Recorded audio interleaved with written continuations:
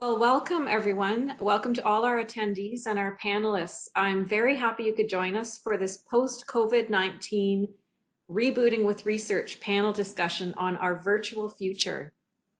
And given this is the last installment of this six-part series, we would like to thank the nearly 1,000 registrants we've had over the past 6 weeks.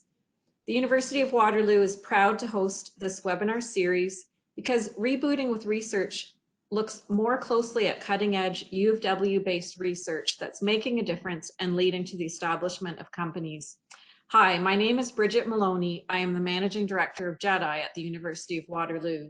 GEDI is the gateway for enterprises to discover innovation at Waterloo. So before proceeding further, the University of Waterloo acknowledges that we live and work on the traditional territory of the neutral Anishinaabe and Haudenosaunee peoples. The University of Waterloo is situated on the Haldimand Tract, the land promised to the Six Nations that includes 6 miles on each side of the Grand River. As we all know, COVID-19 has shaken the world, challenging societies and altering life as we know it. But from this crisis, opportunities have emerged, calling us to action as we prepare to reboot from this COVID-19 lockdown.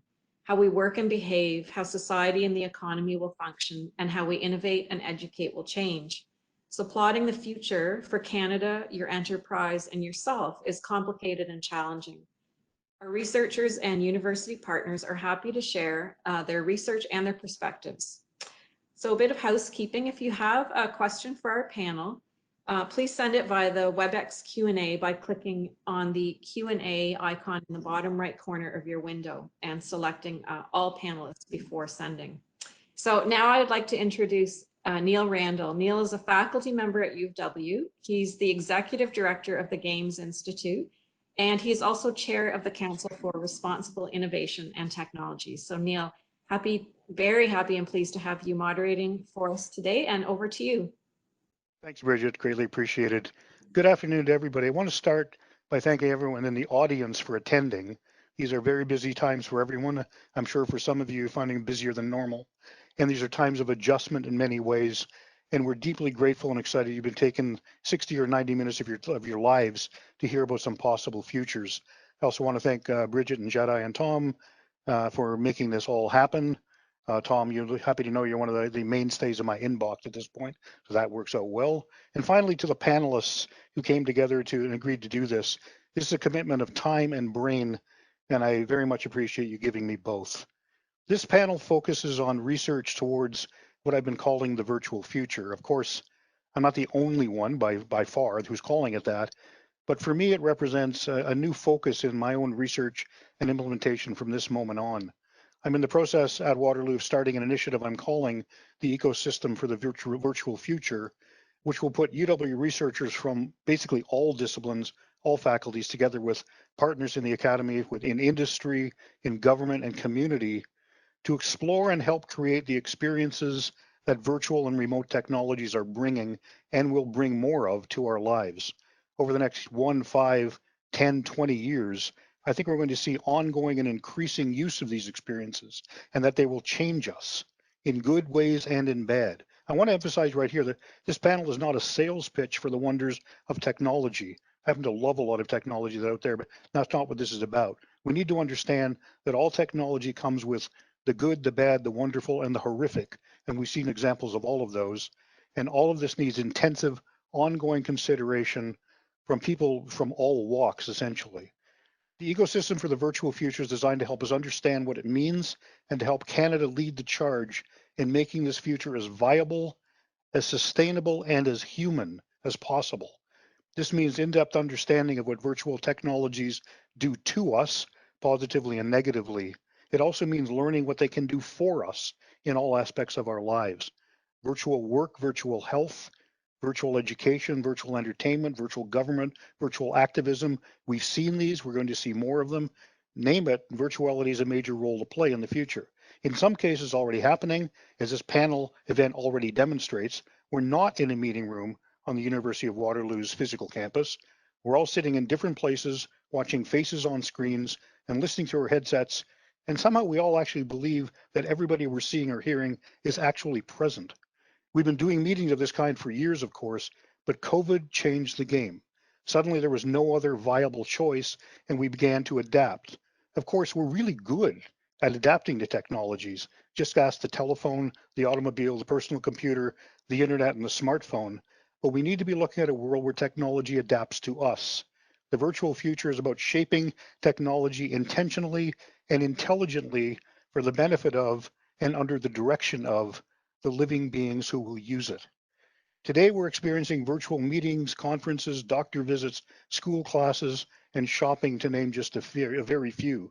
All indications are that the COVID crisis has changed just about everything for us. And the prediction is further that we're not going back to what we were pre-COVID. At the very least, we need to prepare much better for the next crisis, whether it's pandemic, climate, political, whatever you have it. And we have all the technologies ready to deliver the rich human experiences we need, not only to survive, but to thrive. It's a tall order. We've learned in a brutal fashion that hiding our heads in the sand or in an economy that we clearly didn't really understand is no longer a permissible answer. Today, we hear from people whose work centers around the experiences that stem from the technologies that will help move us toward the goal of building this future. I have the great fortune of working with these folks as colleagues and collaborators, and they represent the cutting edge present and the smoother edge future. At least we hope it's smoother edged. In fact, all four profs on the panel, along with myself, are members of the Games Institute, one of the university level research centers at UW. And like many in the Games Institute, their focus lies not with games per se, but rather with interactive immersive technologies and their capabilities for rich user experience. And one of our industry representatives here is also an industry partner of the Games Institute for precisely the same reasons. So let's turn to the panel now, because they're clearly the stars of this show. I'm going to start with our two industry representatives. Largely, this is because I'm highly interested in the work they're doing, but I also meant what I said, that driving the virtual future is a genuinely collaborative, cross-sector and transdisciplinary process, and no single sector can accomplish it alone. With that in mind, we'll turn to Andrea and Ray for two very different perspectives on what's happening and where things are going. So let's start with Andrea Kerswill, if you're okay with that. Andrea is the Director of Innovation at Scotiabank and the head of Scotiabank's Factory U. And Andrea, if you don't mind giving a bit of an introduction of yourself after I ask the question and then moving into the answer itself that you have for this question. And here it is. How do you think the impact of COVID-19 has impacted Scotia's approach to the future of work? Absolutely. Thank you so much, Neil. Really happy to be here today, everybody. So as Neil mentioned, I'm Andrea Kerswill. I am the Director of Innovation and Scotiabank Factory U. So Scotiabank Factory U is actually an innovation center located at Phillip and Columbia. For those who are around campus often, you will see it. It's in an old Rim and Blackberry building. So myself, a bit about myself, I've been in the financial services sector for the better part of 14, going on 15 years now. I spent the early days of my career in investment banking, and I've spent the last 4 or 5 years of my career now in innovation. And I've been at Scotia for just about 6 years now, which has been exciting. And I've been spending about the past 2.5 years at Scotia really focusing on how do we bring innovation to Scotia in a really, really meaningful way. And so what we decided to do as part of that is come out to Waterloo and be a part of this fantastic tech ecosystem that is here. And we had one question to answer. Could Scotiabank benefit from being a part of the Waterloo ecosystem in its digital transformation? And in being here in about 2 years, we answered that question with a resounding yes. I run a small team of practitioners in technology, from software engineers to UX designers, UX researchers, and product. And we're really focusing on answering the hard questions for Scotiabank that's going to help really bring us into the future. So to answer your question, Neil, I would say for me, ultimately at Scotiabank, it's been a game changer. And I think that most of my colleagues here will attest to that. And it's been a game changer in, of course, really, really positive ways. And it's been a game changer in really, really interesting ways that are providing a lot of opportunity and challenge for us. So as an example, prior to COVID-19 at Scotiabank, I mean, it really wasn't an even playing ground. And I mean that in the way that not everybody had access to the right tools and resources to really be able to know how to do their job effectively from a different place. So if we think about individuals who would normally work primarily from the office, they've now been in a situation where they have to work from home. So my team had the luxury of having that set up really well, being out here in Waterloo, but many teams had to shift and to shift quickly. So we had, no standard tools. We were primarily paper-based, and our virtual private network capacity was very limited. So we really, really had to adapt really fast. We deployed thousands of new VPN certificates, thousands of new laptops, and we started focusing on tools like MS Teams, and really getting that to be a standard for most of the people at the bank. And what we've seen so far is that the shift has been received really positively. Employees and leaders both really largely favored working from home. And there's been a lot of things around that, right? So things like no commute, again, making it a really, really level playing field for everybody. When we join things like this, we can see everyone's face on camera. Everyone's automatically included. And we actually, I would say the impact at Scotia has been really positive, relating to actually a Lee's Moon survey, which said that about 78% of the people participants that they tested said that they were actually really favoring working from home. And that's been really reflective of what's been going on at Scotiabank as well. But at the flip side, there are things that are not as positive, right? So collaboration has been really challenging, and I've seen that really within my own team. So how do you collaborate digitally? How do you do things that otherwise require face-to-face? Creative work has been very difficult because you don't have that really strong human connection. And I think a lot of us are obviously still highly valuing that human connection. So I think the office of the future is really going to change. It's going to change, in fact, I think for the better. So instead of the office being things that you go to everything for, it's going to be the thing that you go to do some things for. Things like meeting with customers, things like socializing, and things like collaboration and creativity. So that's my view. Neil, back to you. Answered all three of them, so I don't have to actually go back to a second question for you. But I am curious very briefly about that office of the future. I mean, look 3 years ahead, look 5 years ahead. I mean, I think we all know that, from now until the next 2 years, we're going to try to be adjusting to what it means to have an office, what it means to go to an office. I mean, we don't even know when we can, that sort of idea. But looking past that, once presumably we got, the necessary medications in place to deal with this particular medical emergency, what do you see happening for that first year back? Yeah, it's a great question. I would think we're really going to have to be focused and intentional about our time. And I know that we're like that now, but I really mean it's going to change. When you plan a meeting, who needs to be there and why and how, and what is the outcome of the meeting meant to be? I think everything is going to really be driven by that human connection I was speaking about earlier.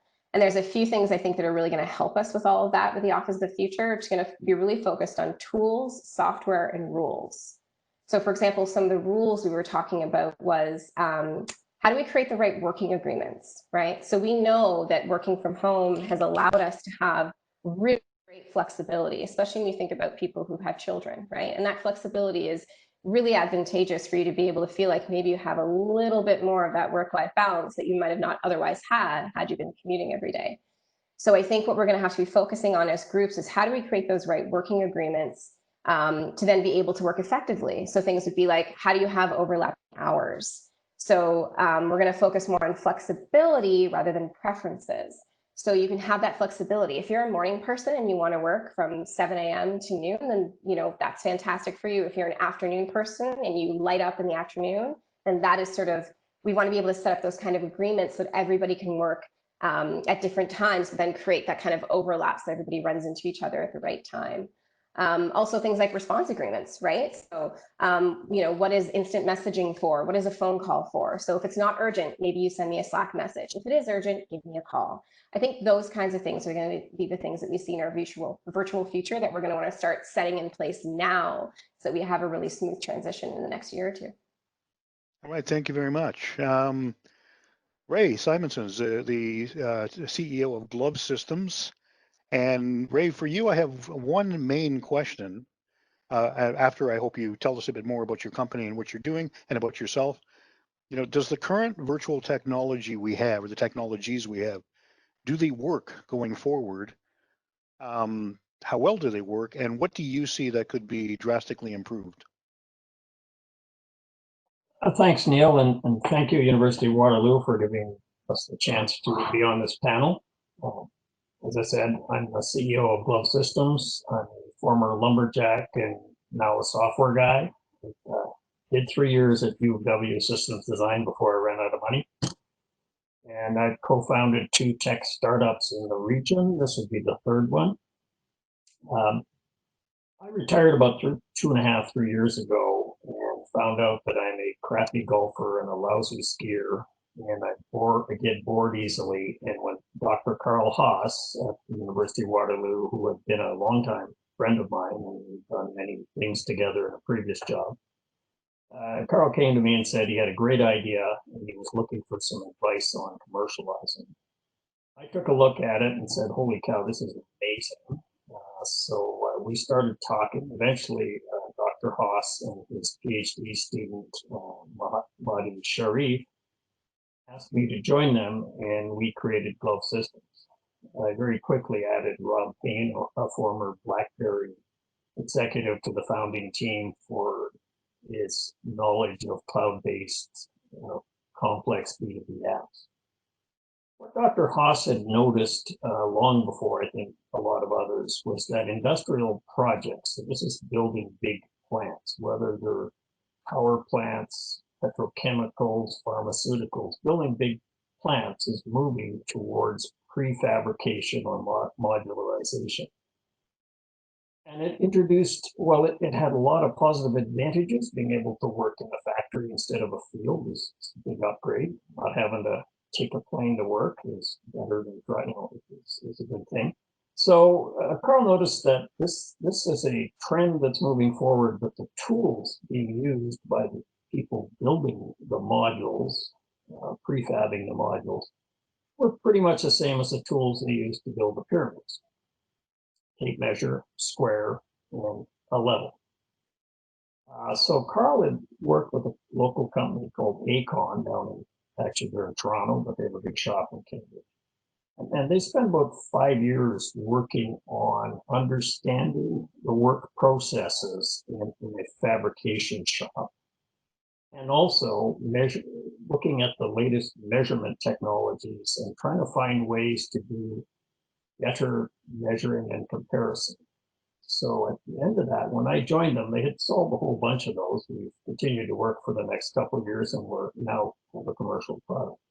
So certainly, it was a lot of fun. It's a great tool. It's an example of University of Waterloo research leading to something that's going to change the advanced manufacturing industry. I would say that one of the things that happened to us for COVID-19 was we designed this technology to allow people to share their work in a cloud application with the real intent of just making it easier to collaborate. What COVID-19 did was make this way more valuable because people no longer want to travel to some other place to go measure something to see if it's going to fit when it gets sent to a third place. In fact, talking to some friends in Southeast Asia, basically, so these big projects often have the components built around the world. So there'll be a fab shop in Korea, one in China, one in Mexico, one in the Philippines, one in the Middle East. And all these pieces get built and sent somewhere. The old method was you flew there and measured it, because if it was built poorly and got to the site and was incorrect, it was hugely expensive to fix. Well, now nobody wants to travel anywhere to go measure anything. And so it's, hate to say it, but COVID's actually really going to drive this technology that we've invented. To answer your direct question, I've been doing this for a long time, and so it's not new to me, but I do find that online messaging, one of the problems is being able to have some conversations between people and understand that's fixable. But the other problem is people interrupting each other when you're trying to have a spirited discussion. And it can get pretty silly, and no, you go, no, you go, no, you go, and you can end up caught in what we call a Zoom loop. So I think the other thing, of course, is the personal touch, and it's going to change how we sell things. If you've occasionally, we've sold stuff to people we've never met. That's pretty unusual. And I don't think we figured it out yet, but we're going to have to figure out how to reach out to people, connect with them, convince them that we're the kind of guys they want to buy stuff from, and do all that without getting on a plane. That's going to be pretty different. I do think, to answer the question you asked of Andrea, the future of the office, we're a small team and we've been working largely remotely from the beginning just to save money on real estate. But I think we're going to require a place to come to once or twice a week to sit down and do a bunch of stuff, whether it, as you said, meeting customers, whether it's just meeting the new person and saying hello and getting a little personal interaction, or doing conference calls with a team. So I think in the future, the office will be somewhat hybrid. People will have decent home offices. My home office is actually better equipped than my work office, but I think we'll need to have that hybrid kind of approach to it. And the technology, I think, is moving pretty rapidly. If we tried to do this 4 or 5 years ago, this would be pretty ugly. Nowadays, as we mentioned, both Microsoft Teams and the competing offerings from Google allow you to share a lot of stuff. You can share data, you can share information, you can book calendars, a lot of good stuff coming. So I think the one that we just need to solve is how do people get to meet each other and talk to each other when you get to see each other very rarely or never. Okay, well, thank you. Good insight where we might be going in the whole hybrid approach, certainly. I mean, it brings up issues such as office sharing, which really hasn't been that much of a thing in the past, except for certain kinds of suites. And this brings into issues regarding security and corporate security, those sort of things. Of course, that it all gets complex as we do these things. But it kind of, and the more we talk about not flying places, the more anybody here from the airline industry gets nervous. But we'll talk about that later on. All right, I want to switch gears a little bit and go to Jennifer Boger. Jennifer is in Systems Design Engineering, a faculty member, is also the co-chair with me of the Council for Responsible Innovation and Technology, and also a chair in technology for independent living at the Research Institute for the Aging.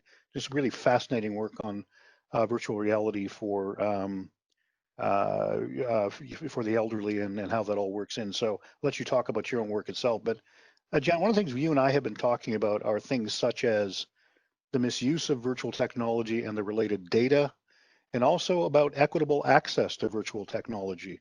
So I wonder if you might want to address those issues for a few minutes. Yep, do I ever.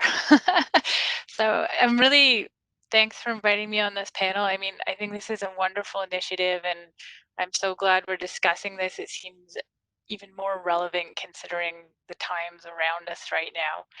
And just with the acceleration of technology too. The time is really ripe to start digging deep into harder issues and trying to do better at getting it better the first time rather than trying to backpedal and fix things because we're just trying to get things out the door. So as Neil alluded to or stated, my career has been in building technology for supporting aging. And while this is often older end of the spectrum, it's not necessarily. I've worked with kids with autism, for example, but I've also worked a lot with populations such as dementia. And the focus of my research, I build a lot of ambient technologies that are running machine learning and AI. So basically, more or less invisible tech in an environment running machine learning. And I build around a paradigm of what we call zero effort technology. So trying to understand the user, mostly through a lot of collaborative design and just actually meeting people and bringing them onto our team and working with them to really get to figure out how can we develop the technology to complement the user rather than the other way around? So the idea of zero effort is the tech is so well matched to people's expectations and abilities and needs that they can focus on the task they're trying to do rather than struggling and swearing at their device, right? So the device it's a tool to get people to the tasks they want to do. It doesn't mean the tasks themselves are effortless, such as physical rehabilitation, but the tool, the rehab robot, is easy to use. so that they don't have to focus on how do I use this robot. They can focus on doing the right motion to get better after stroke, for example. Through this research, I became increasingly interested in the hard questions. So, there's so much potential now for ambient systems to support health and well-being, things like this, but with them come all these complex loaded questions. So, what about privacy and who gets to have a say when technologies are used if they're more or less invisible and making decisions for you and you have dementia? How do you elicit consent around that? And who has greater autonomy, the person with dementia or a caregiver? Because both people are impacted, but they may have competing interests. So if the person with dementia says, I don't want to be monitored, and the caregiver says, I can't stay awake all night to make sure you don't wander by accident, whose autonomy is greater? Who gets to make decisions? And how do we make complex technologies transparent so people can make better decisions about what they want to use, how to use it, what the risk and rewards are, et cetera. So all these different ideas kind of flowing around my head, which then, I've gotten into this space and I love it. I think it's so fascinating because, kind of it's so exciting. Technology is now at the point where, it used to be we'd kind of brush these questions off because we're so focused on can we do this? Can we even get the tech to do this? There's only so much memory, there's only so much storage, but those blocks are being removed now. The whole can is not really a question anymore. Yes, we can, and we can see where this is going exponentially fast. Should we do this? And how do we do this? I think how is the most important one because, big shiny red button, if it exists, a human's going to push it. It's more about trying as a society and not just our society, but as a global society to engage in conversations about the more responsible development and equitable access and use of tech. Because, the future is shaped by the people who can access it now. People who build the cutting edge technologies are the ones who are able to access the infrastructure, the systems, the tech now. And so, we've been notoriously bad at the tech reflecting the attitudes, the biases, the abilities of the creator, right? And this is, something we're seeing over and over again in a lot of the systems that are coming online right now in all different aspects. So this question of inclusivity, even just access to the internet, if you can't access the internet, both in terms of infrastructure and ability, you've really put yourself at a disadvantage. Does that mean we should force everyone to go online? No, people should still have a choice about whether they want to be an online engaged citizen, but they should at least have that choice. They should have a right of refusal. Because if you can't even get at it, imagine you can't get at the internet. How are you going to do your banking? How are you going to get a job? How are you going to go to school right now? I have 2 little kids at home myself. Like our online time's gone way up since COVID. So I think it's really interesting too, because how do we build tech? Back to kind of what Neil was talking about at the beginning, and but both Andrea and Ray have alluded to, how do we build tech that reflects better humanity? How do we build technology that supports us as the societies and the people we want to be, both as individuals and, as cultures, as countries, as a global society? There's lots of layers. It's very, very complex. And I think virtual, is such a misnomer for a term because there's nothing virtual about it. It's very, very real. And I'm very sure so many social scientists are just like, like kids in a candy store with COVID to see how this massive and sudden shift to all these online relationships, minus your immediate, physical family and perhaps neighbors, almost everyone else, our relationships are now via video, via phone, via text and email. How is that going to impact people? Even things like a friend of mine, her best friend had a baby right at the beginning of COVID. The baby's never been held by anyone except for the baby's parents. What is that going to do to people's, like, that's not how humans were been, have been doing. So I think we have to be cautious. There's so, like, yeah, there's so much opportunity but that we're thoughtful about the opportunity, so that we're not just doing because we can, but because we should, and that it's in a thoughtful way, so that we're as much as possible mitigating unintentional consequences. All right, thank you. You've basically just given us the reason why we need more panels. And and we'll probably come back to this and for sure as we move on. Thanks, Jen. Really, really impressive stuff. And I think we'll all have questions, and the audience will have questions for you as we move forward. All right. Next up, Jim Wallace, who's a faculty member in the School of Public Health Systems at Waterloo, and also the director of the Human-Computer Interaction and Health Lab. And Jim, there's a couple of questions that come from your work. I think we've already addressed, although I would just feel free to go back to this, to the question Andrea was talking about, what work is going to look like, because I know you've been thinking about that both from the standpoint of your own work and also from a public health perspective. But you've got a really interesting project going on with online grocery shopping. And I wonder if you could kind of give us a bit of an introduction to what that is about, because it's a real online, virtual if you want, but online experience that you're trying to make some improvements in how this actually works. And what kinds of results are you seeing? Because I think this also points to some things we can look at with virtual tech in the future. Thanks, Neil. Yeah, wow, I have a lot of things I'd like to talk about based on what I've been hearing. This is such a fantastic conversation so far. So yeah, my name is Jim Wallace. I'm an associate professor in the School of Public Health and Health Systems, but my background is really more in computer science and engineering. And as Neil mentioned, a lot of the work that I've done going back to my PhD was really trying to envision what this future workplace might look like. So now that we've got things like smartphones and smartwatches and really big screens on the wall, how do we combine all of that together into a workplace that leverages all those devices to make us more creative or more productive in some way? And so when just hearing the conversation so far, I've really just been thinking back, if this outbreak had happened, things have looked like. And we've made a lot of progress over the past 15 or even 10 years in terms of where video chat's at. Where I don't think we've seen a lot of progress, though, is in what the office looks like, right? Like our offices are very similar. And I think one of the most important points here is if you think about the types of work that have really been well supported, it's been very transactional. So I can do a whole bunch of online banking and move money around, or I can sign up for courses online very, very easily now.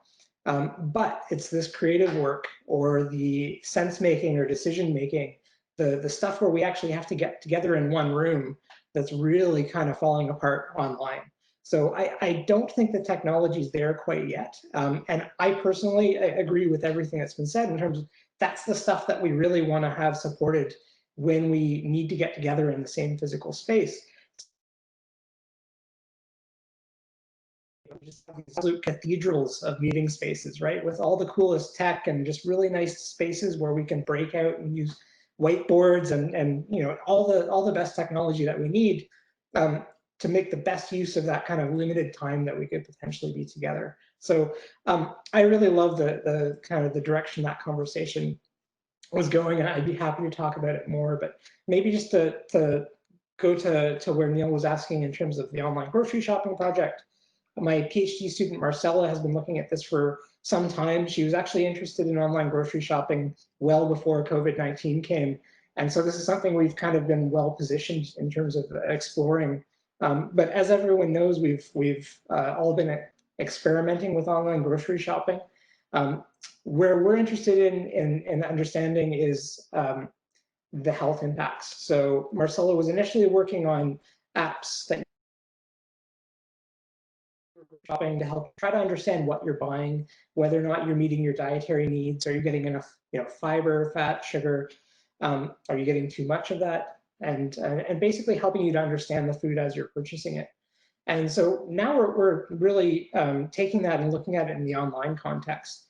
And I think that I'm hoping most people at least have some familiarity with what an online grocery store looks like these days, but it's a really different experience than when you're shopping in the store. And the example I always use is what your shopping cart looks like.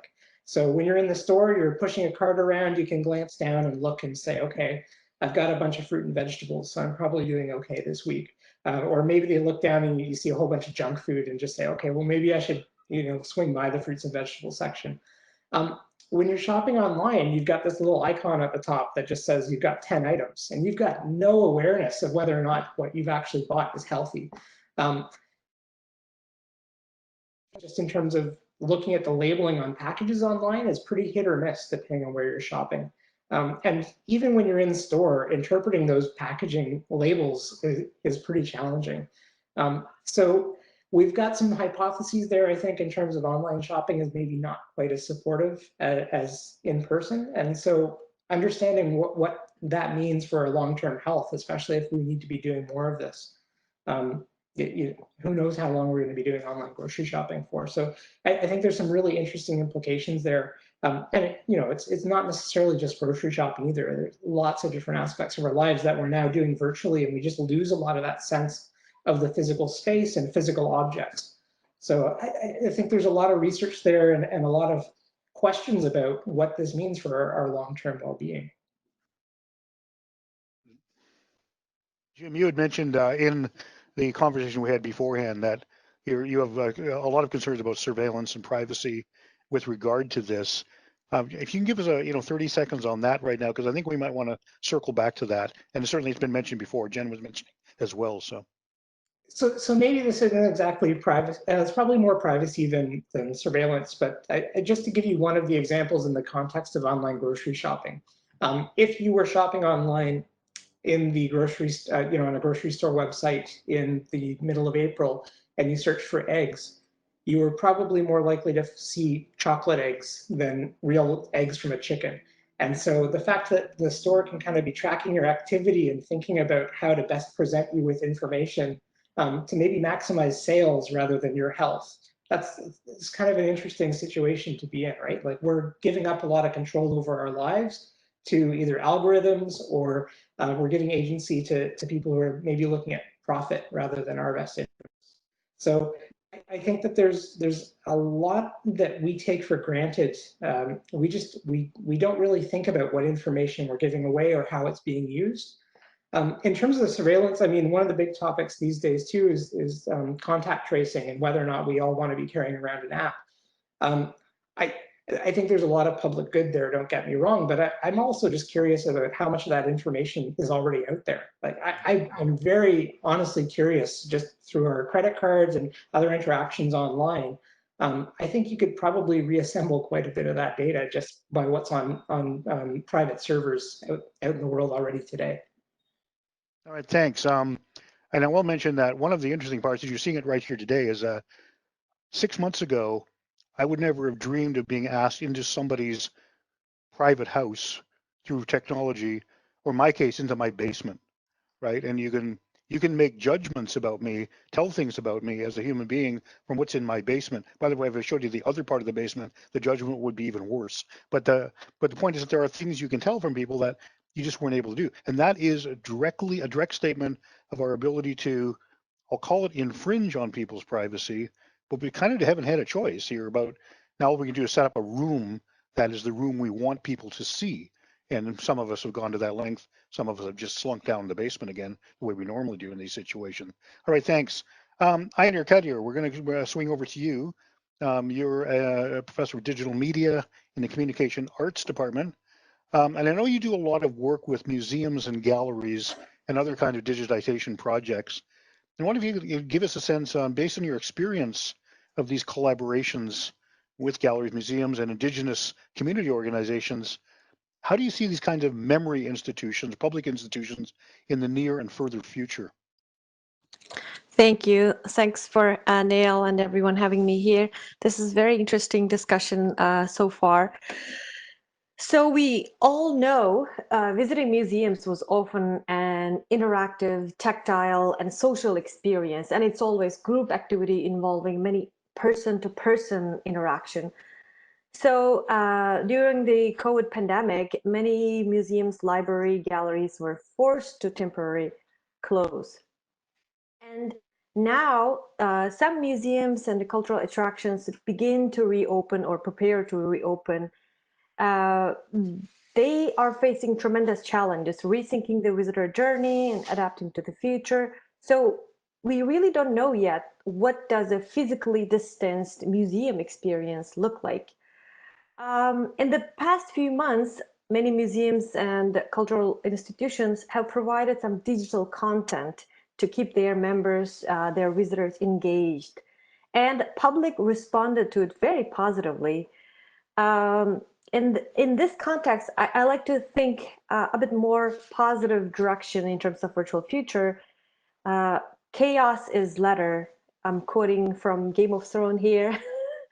So from this chaos, from this challenge, museums realize that, like, okay, we have to create or facilitate new vision, new exciting possibility for the members. So a few examples here. Google Art and Culture already offered more than 2,500 free virtual tours of many museums and galleries, along with full of activities and accessible information and the complementary educational resources. And secondly, we saw a few very exciting social media campaigns such as hashtag Museum from Home, hashtag Museum Moment to Zen, hashtag Museum Challenge. I encourage everyone to check out. You will find fascinating stuff, which strive to engage the public using social channels, and it also increased the participants.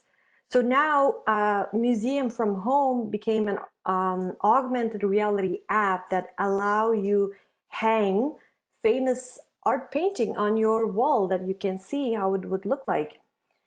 And another more high-tech end, bigger museums with deeper pocket like Smithsonian, American Art Museum, and the Birch Library, they invested in virtual reality and artificial reality that made their 3D objects available. So if people own a virtual reality headset, they can interact with very delicate 3D museum artifacts. And also, like, needless to say, many zoos and aquarium and museums used simple live streaming and shared their content. So at the one hand, I'm quite hopeful that this digital technology created a new possibilities, digital tools and solution, and made museums think about new opportunities and contactless future, how they can use those tools to create like a safe museum experience. But at the same time, just like Jennifer talked about, you know, technology inherently not fair, the issues around equity, accessibility, and infrastructure, and especially museums, like small scale local museums are not Smithsonian. So they are not tech companies. They are struggling with engaging those technology and sustain their program.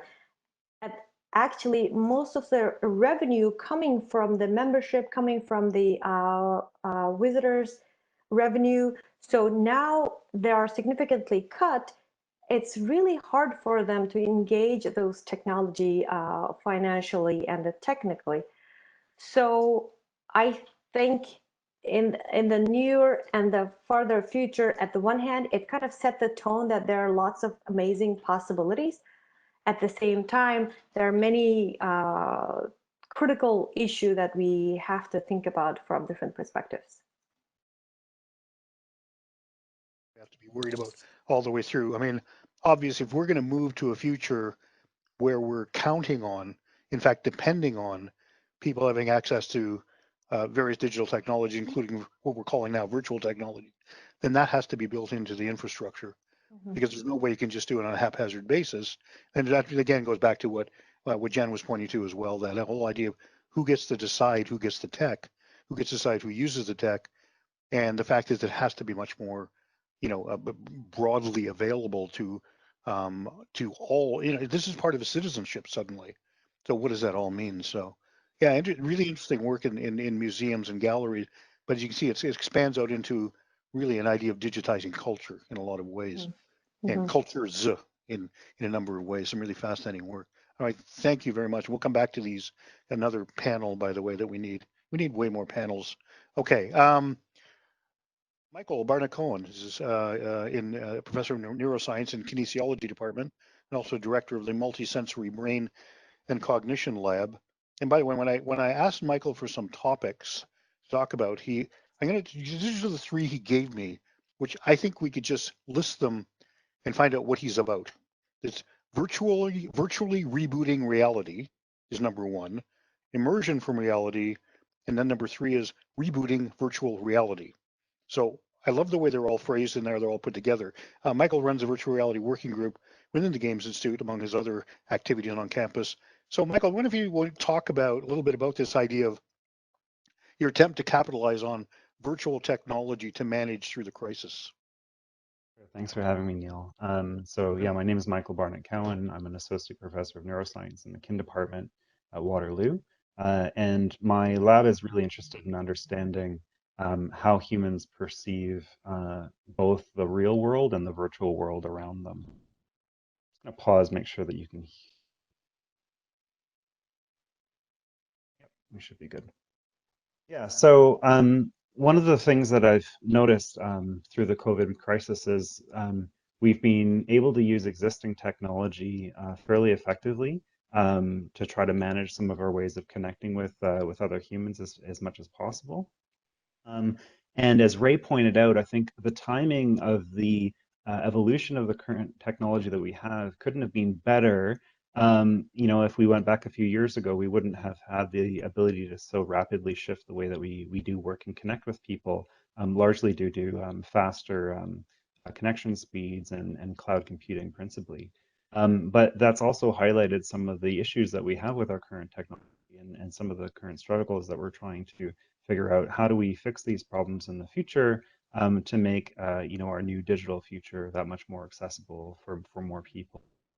And you know, Jennifer Boger made some great points about accessibility and making sure that you know, not only do we have access to this technology as a society, so that the tech is in everybody's hands, but also that everybody has a voice and has a way of being sort of included in that content creation. As she pointed out, so much of the current content that we have is largely made by developers of a fairly niche demographic when you in general. So in terms of what we do in our lab, you know, I'm in a kinesiology department. We are very focused on work related to humans, and many of our labs around the world are now shut. And it's allowing us to reflect on how do we continue to do work related to, you know, humans and human interactions and human movement when our ability to interact with those humans is largely restricted. And one of the challenges that we have in my lab right now is we do use virtual reality technology to try to understand how humans perceive the world and virtual worlds around them. But it's an awful lot of work to make really immersive content that people can interact with, from which we can then use as a research tool. So we've been collaborating quite a lot with existing companies and using off-the-shelf available, you know, games, for example, that have had whole, you know, studios revolving around the content creation to try to see if we can use that as a quick way of assessing how people perceive the world around virtual landscapes. But it brings up this point about the need for, you know, more collaborative work and more open work. And we've all sort of had to retreat to our homes and work together. But one of the things that I'm really pushing for is a more open sharing environment. You know, a lot of the research tools that we're developing in our lab, we're making available through the Open Science Framework, for example, or through GitHub, in hopes that some of the effort and the content generation that we're doing can be available to others. And on the researcher end of things, we're seeing a lot more of this, a lot more collaborative works. Trying to share these assets in recognition of the fact that it takes a really long time to take, you know, new undergraduate or graduate students and create, you know, really evocative digital content. This is kind of similar, I think, to what happened, you know, at the dawning of the internet itself, and this need to just create digital content. And as you know, Neil, Waterloo was at the forefront of creating this new digital content that would be available on the internet. And I think that's what we're going to see in the future as well.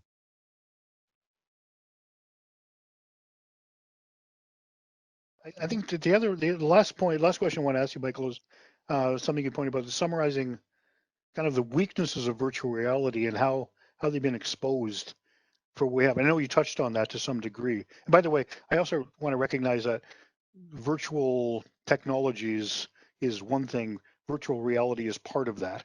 And virtual reality, as we know it, with the headsets and blocking out the world, or augmented reality, which is another form of it, is something you've been working with deeply. And so right now, how do you see these fitting in?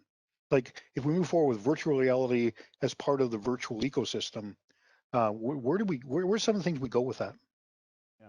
So as you mentioned, virtual reality technology has evolved tremendously in the last 5 years. The commercially available systems have leapfrogged above and beyond what the technology was. In our lab, we focus a lot on individual differences to interacting with virtual technology. So why is it that some people feel more engaged in virtual content, and why is it that some people get more sick from being in these virtual environments and others do not?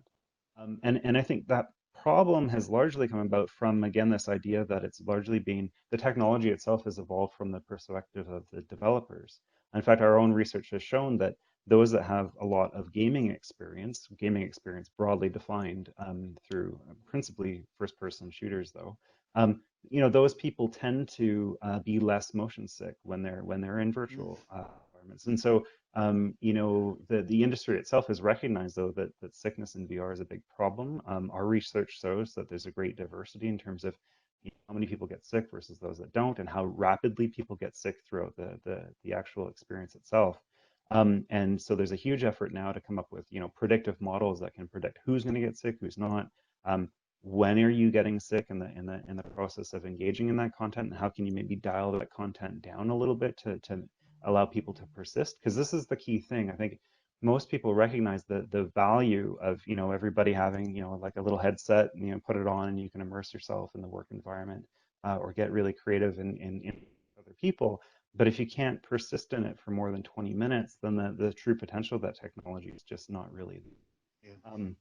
And then the other side of this would be the accessibility issue. So virtual reality, by creating an alternative reality where you're fully immersed within that digital content, is one of many other forms, such as augmented reality, which typically is you're overlaying digital content over the physical world. And what's nice about that approach to content development is that these issues with sickness are much less of a concern, because you have that stable world frame around you.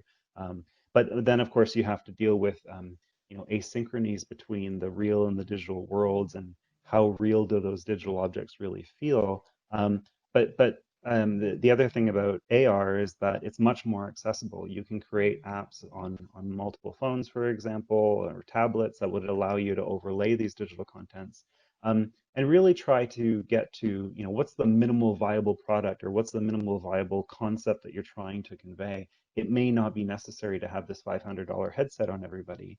And in fact, when you do have these, $500 headsets, you're also isolating yourself from the rest of the physical world, which brings about a whole bunch of different problems.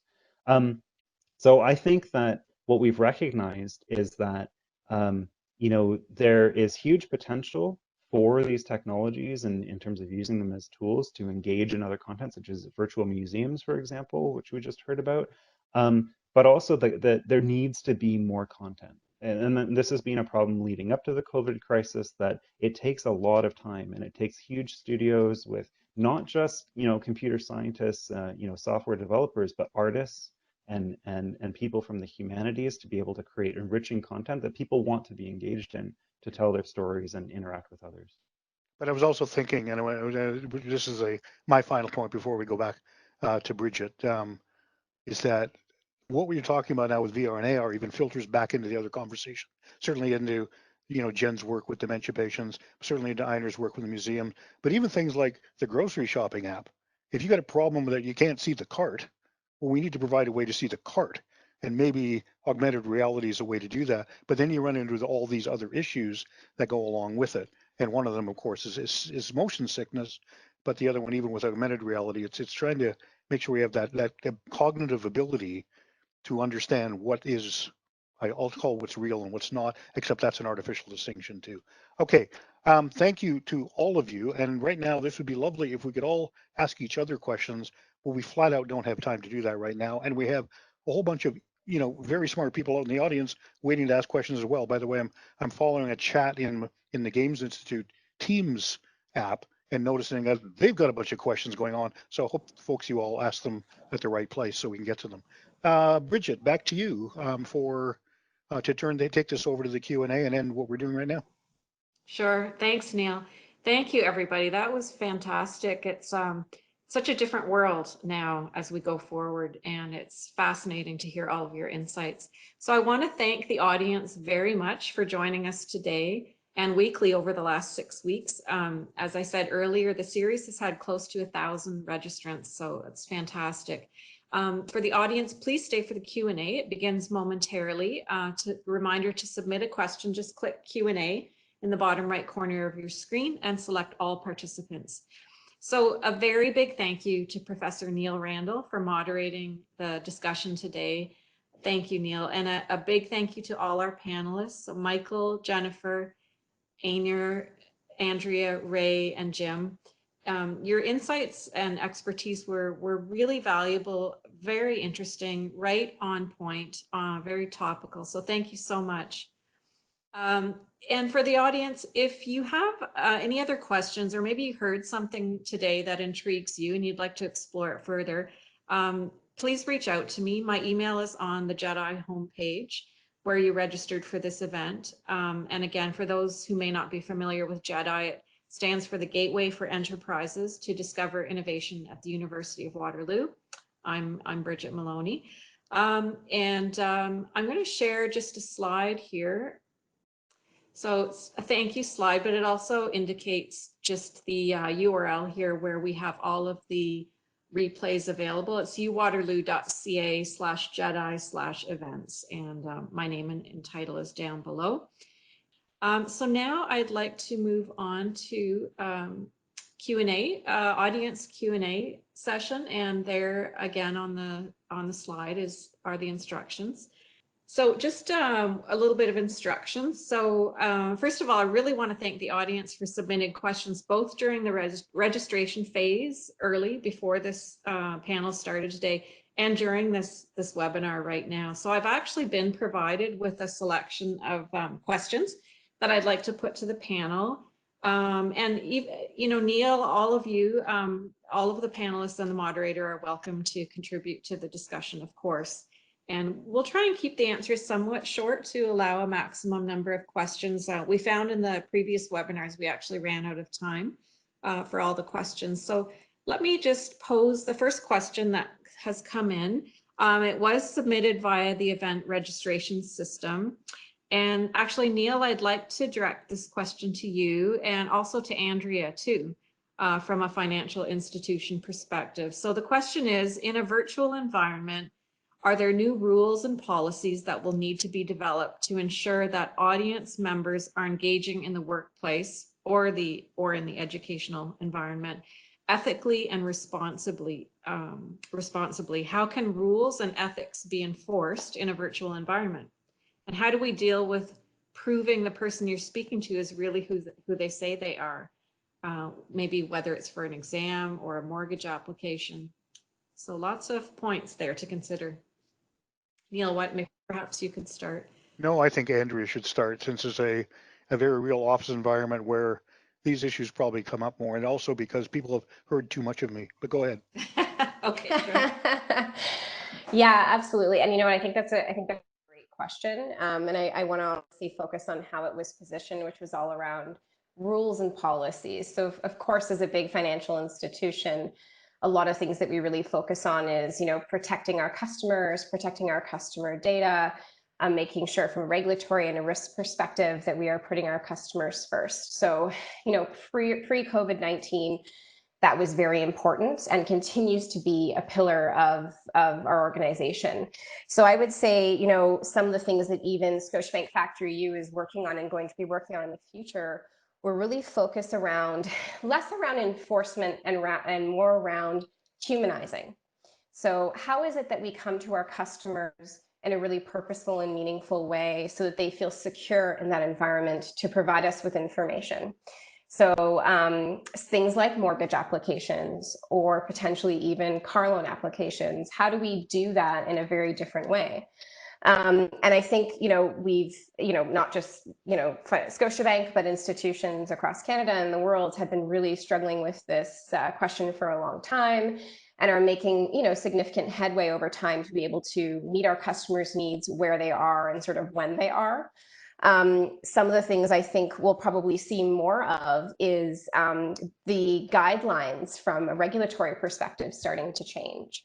So what are the things that we actually require from an institutional perspective to be able to approve those kinds of applications? Do we see those rules tightening? Do we see them lessening? Those are the kinds of things we're going to have to see over the coming while.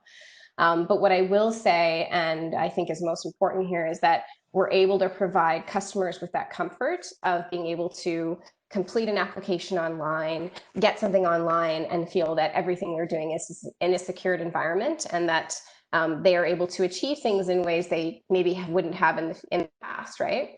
So in the past, usually you might go into the branch to complete a mortgage application. Scotiabank recently launched eHome, which allows you to do a lot of that online. So we have been doing a lot of that and a lot of the thinking around that. And I expect over the coming year, particularly, a lot of that is going to evolve. I'm going to bring in only one thing here very, very briefly, and that has to do with, in the same way you have privacy for customers, Andrea, we have privacy for students. And one of the things that happens in the physical classroom is there's a kind of a close the door and keep everything in the room, because we may want to ask questions that, number one, we may not think are too intelligent as we move forward, but also we want to be able to express opinions or if not express opinion, experiment with expressing opinions and see where these things go. And as soon as you bring in, for instance, as soon as you started bringing social media into the classroom where people were tweeting what was going on, as an example, you kind of infringe that closed room idea. Well, now what happens is there's other ways to get inside, and there's we record these conversations in virtual tech that we haven't had before. And I'm finding it a really interesting challenge to teach a class online, a synchronous class, which I'm trying to do with my graduate course right now, and actually maintain a feeling that I believe that this is a classroom of the kind where I want people to feel free to say anything they want to do, the things they want to do, without somehow getting it out into the public in ways we don't want. It's kind of the same issue, if you will. And I'm not even dealing with things like academic integrity from the other way, how we tell a student is actually writing, you know, their own exam and that kind of idea. But okay, so I'll leave it at that. Others certainly from Waterloo can comment on that if they want. But yeah, there's some really interesting points to be raised about how we do these things. Thanks, Neil and Andrea. Would anyone else like to comment or have a couple of new questions? Okay, I'll move on. So question 2, this was also a write-in via the webinar registration system. Perhaps Anya and Jim, you could share your thoughts on this one. So what sort of lasting impact do you believe this virus will have on people's willingness to come out to events?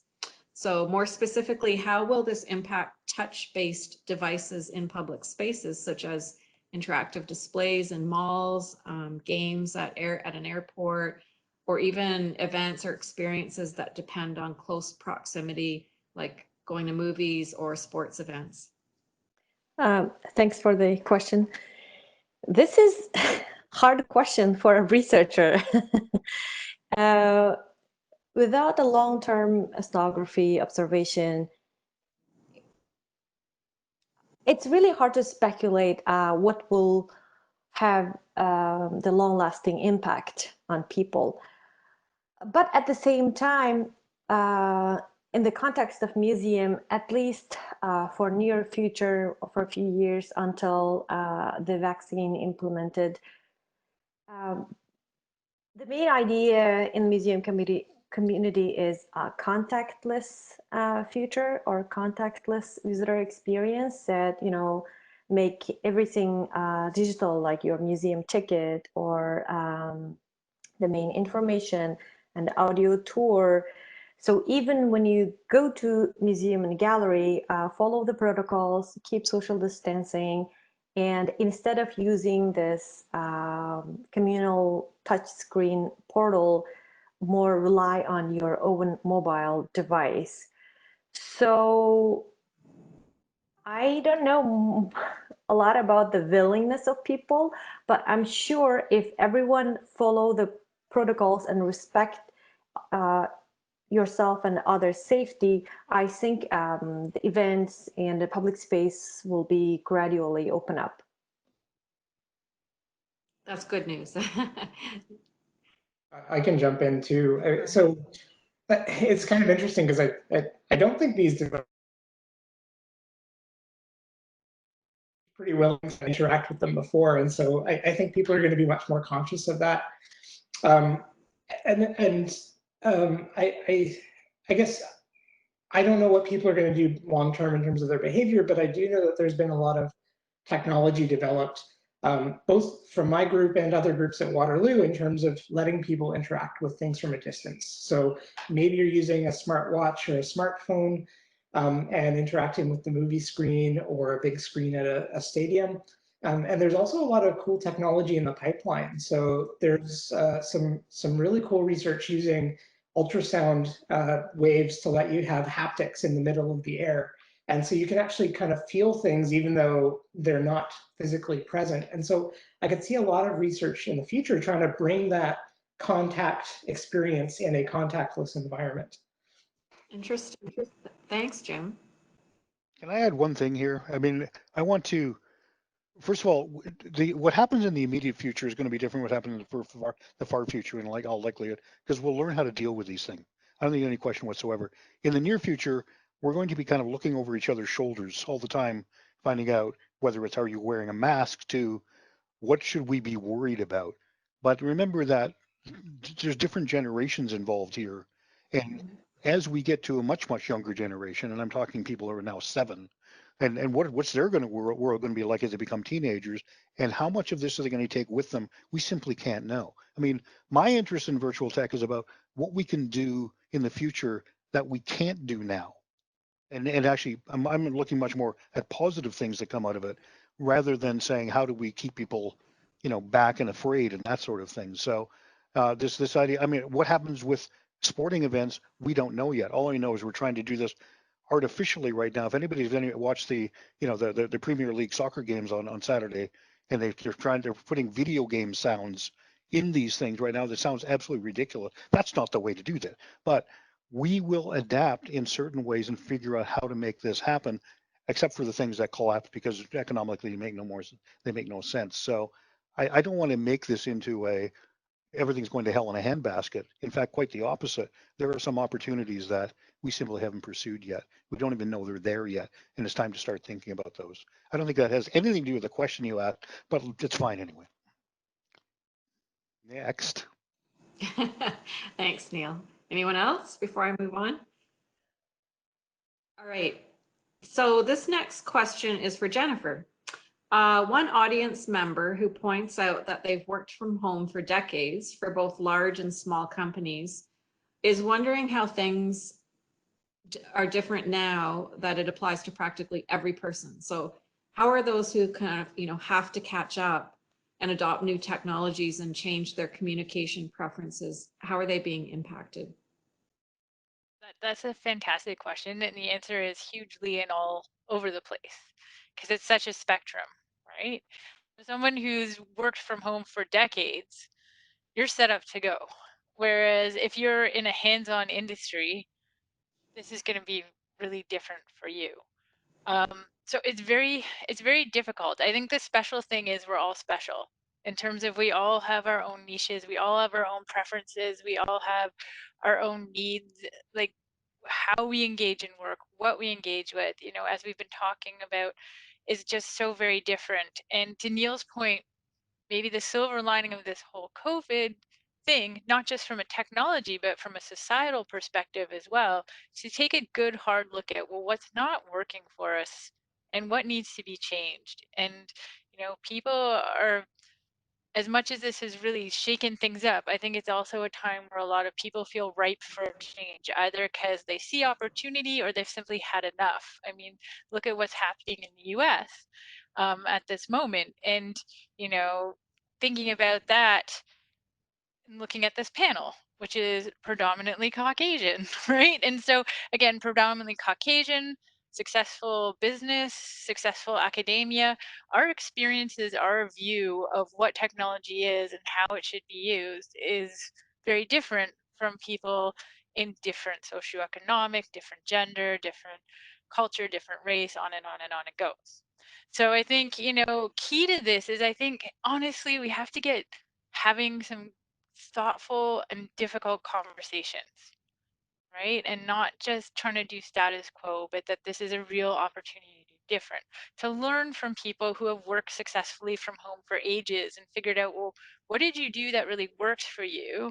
Take the bits that are good, look at what's not working for other people and change it. But then also consider, you know, how do we support people in other industries that, you know, they don't even have a choice to work from home.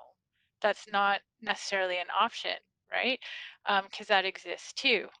And so to Jim's point, I thought he made a great point, you know, with how you can't see what's in your shopping basket. And we could use that for good or for evil. You know, there's this book, Evil by Design, if you've ever read it. And it's about, it's from a guy from Microsoft, all about how different tricks used on the internet to kind of play on people's vulnerabilities to get them to buy more stuff, basically, at the end of the day.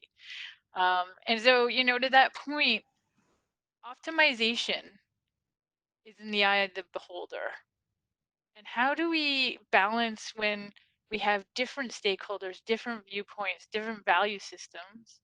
What is the right answer is difficult. And so how do we build systems that can consider that so that human beings can make better decisions about how we want the tech to reflect us and implement with us?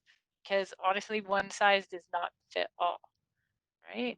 But learning from the stories that work and from learning from parallel or analogous situations that are working, and then thinking, that's great, how can we spread those and even one up those to the next kind of iteration of them, I think is super important. I just want to hit on something that Jennifer said, which I think is really true. And it kind of attaches really well to the kind of work that my innovation team does.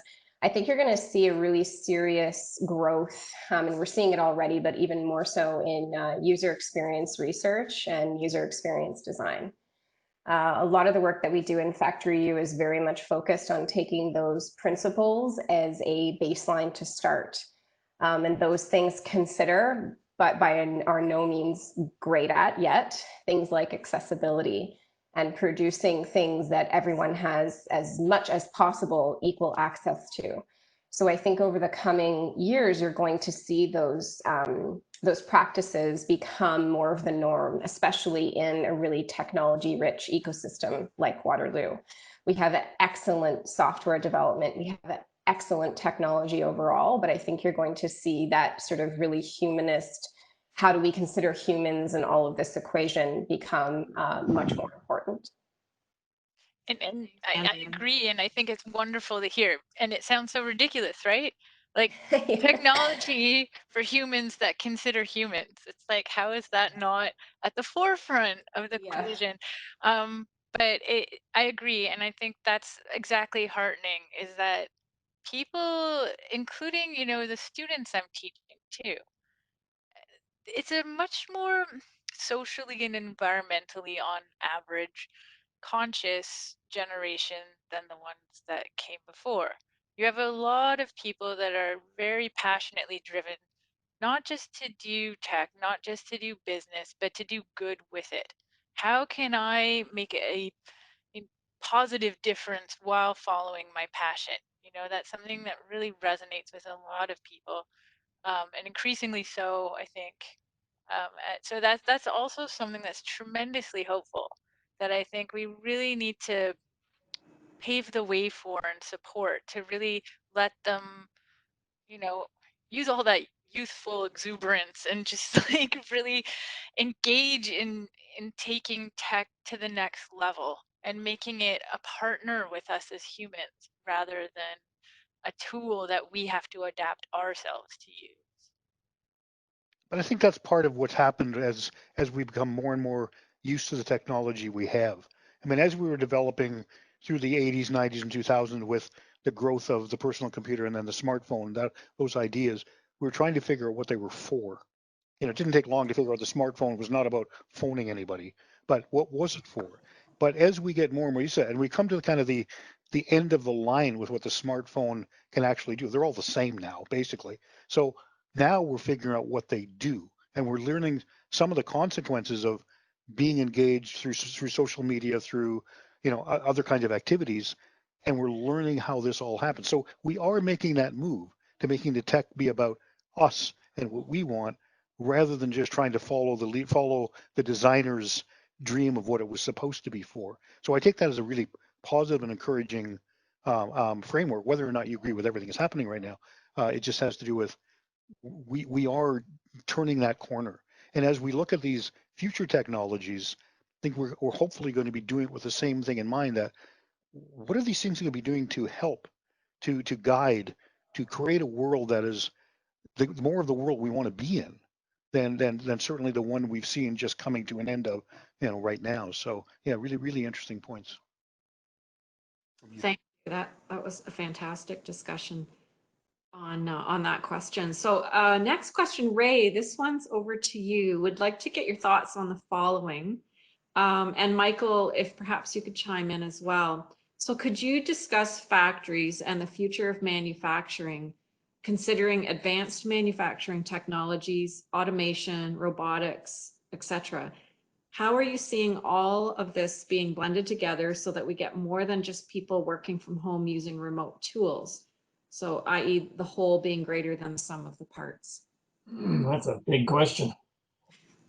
So we're focused on one kind of factory, which is called a fab shop.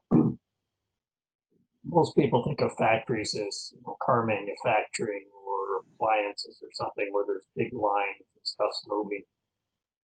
Our customers' factories are really big shops where people build often one-of-a-kind things, and it is challenging to apply traditional QA technologies, process automation technologies, because you got to keep people building something this week and next week it's something else. So what we're trying to do is give better tools to those people, make it easier for them to share what they're doing across the cloud, and both reduce the mistakes they make as well as give them the ability to certify that something they've done is exact, and basically prevent or allow other people to work with them without having to come and visit them. Now, the technologies being developed at Waterloo, ours and several others, are addressing a bunch of components of that. So, work processes. Nobody's ever looked at welders and fitters and tried to figure out how to do that properly. The tools that are used right now by people who do some of this automated measurement using these devices called laser scanners, those tools require very highly trained, usually degreed, if not PhD workers. And what Love has done that's unique is, it wasn't easy, but we spent a lot of time looking at those activities and tried to figure out how you can simply display to a guy on the floor the next step that he needs to do to measure his thing accurately and verify it. I think as we move forward, of course, we're going to add augmented reality to that. So if you have a guy on the floor, and again, this isn't assembly line, this is building stuff. And he has to put a pipe or a valve in exactly the right position. Right now, he kind of puts it in and he takes a picture and he tries to see if it's right. We see moving forward where we're going to give augmented reality Microsoft HoloLens and its competitors on those workers so that they can just sit there and place it, and they will get the feedback and they'll go hit the button and weld it. And they'll be much more efficient, much faster, way less mistakes. And so we think that this is really going to change the world of this stuff and save billions and billions of dollars and improve our infrastructure. Is that the whole question? Because I got talking and lost. Thanks. No, thank you, Ray. That's fantastic. I don't know, Michael, if you'd like to chime in at all. Yeah, I can chime in a little bit. What I was gonna say was that so Waterloo in the teaching model where we run our labs, I recently taught a course out of the Games Institute with fourth year kinesiology students, and we wanted to come up with a new way for them to be able to make use of augmented reality technology to answer some of their research questions. And the way that we did that rapidly in the course of just one term was to actually bring in some developers, those that can rapidly prototype digital content for them, have them in the classroom on a weekly basis, and just rapidly sketch out those ideas. They do some of the development in the back end and bring it back the following week, and then just rapidly iterate it. And that model was hugely successful because that class traditionally would end with students giving a classic PowerPoint presentation at the front of the classroom and talk about what their project was all about. And here we had people, interacting with the technology in a showcase of a whole bunch of rapidly developed prototypes that many of them went on to be, full-on research projects at the senior undergrad or early graduate level. And so that direct connection between those in industry and the students, hands-on in the lab, tremendous potential. And that's the sort of thing that does happen at Waterloo. And I think we're going to see more of that, whether it's, through, real life co-presence or whether it's virtually. More of these conversations that are much more practically oriented.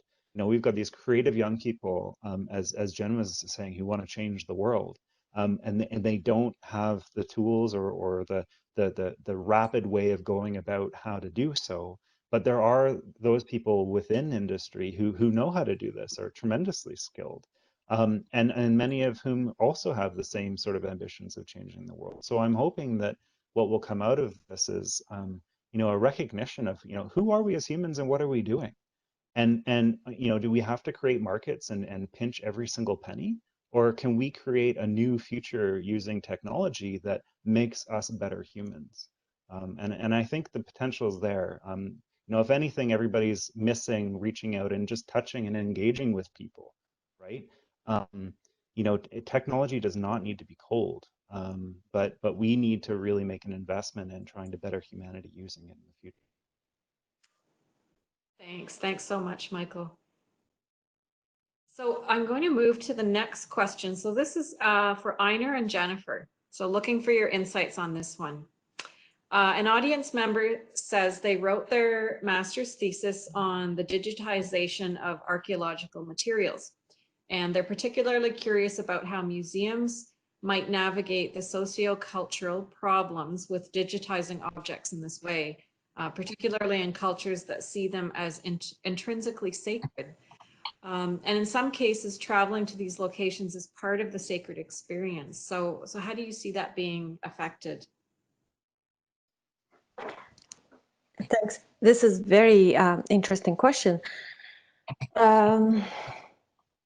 Museums already have tremendous political, ethical challenges already. We all know museums are the legacy of colonialism. There are inherent history in it. And Michael also mentioned a bit, creating content is tremendous amount of work. At the same time, digitizing those sacred, secret objects create another layer of entangled ethical questions. So we cannot overly fetishize the digital technology and contribute to the same old colonial narrative that show cultural heritage or those art pieces are frozen, exotic, unchanging objects. So how do we do that with technology? We have to be very careful when we create digital replica, digital surrogate. There are issues around intellectual property, ownership, and ethics of circulation.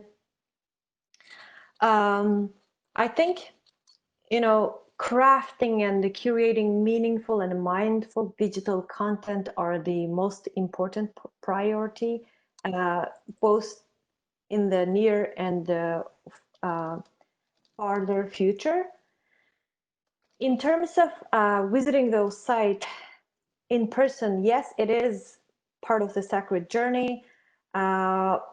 People still can do it, but respectfully, not only for the safety in the COVID-19, but also respect to those cultural heritage, indigenous people's right, land claim, and their sacred knowledge and epistemology.